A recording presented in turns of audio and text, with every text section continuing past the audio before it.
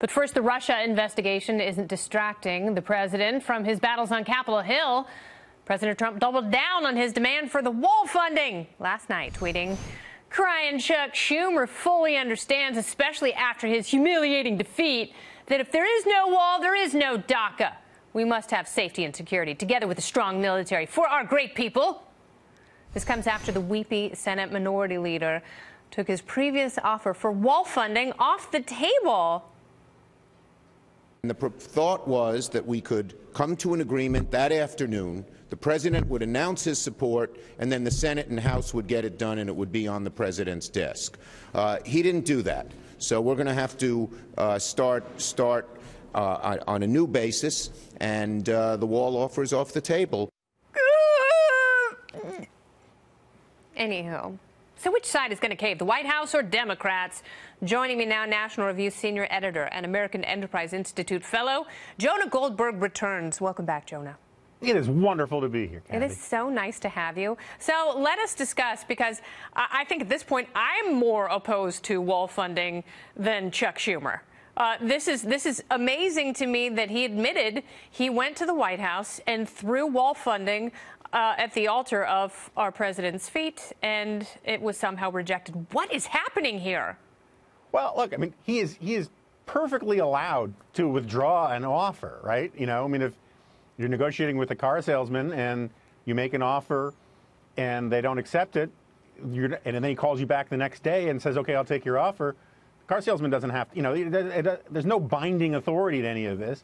I think my own theory about what's going on is, you remember, I believe it was on Fox News Sunday, Mick Mulvaney said that Chuck Schumer did not actually offer to fund the wall. He offered to authorize the wall, which is one of the most wonky, weedy, detaily things as a distinction in Washington that we could talk about. But basically, Schumer tried to pull a fast one on over Trump about the wall in that initial meeting.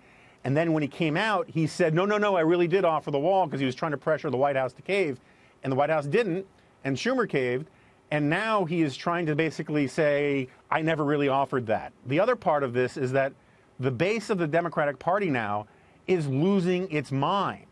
And if Chuck Schumer gives Donald Trump a win, you will see the guys from Media Matters and Move On and, you know, all of these progressive groups, you know, like Vietnamese monks in Vietnam pouring, you know, gasoline over their heads, setting themselves on fire.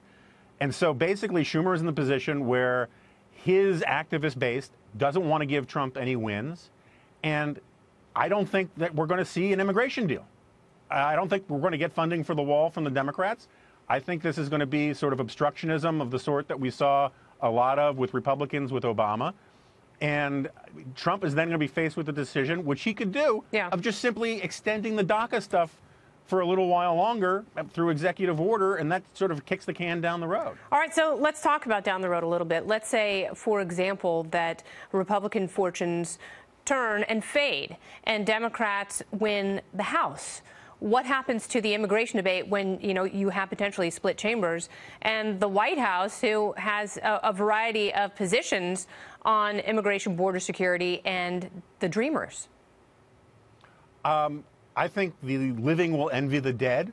Dogs will be sleeping with cats. Yes. No, look, I honestly think that, you know, if you had to bet right now, the Dems probably do take back the House. Yeah. And then I think all bets are off. Certainly Chuck Schumer, even if he's still the minority leader in the Senate, will have a much better negotiating position.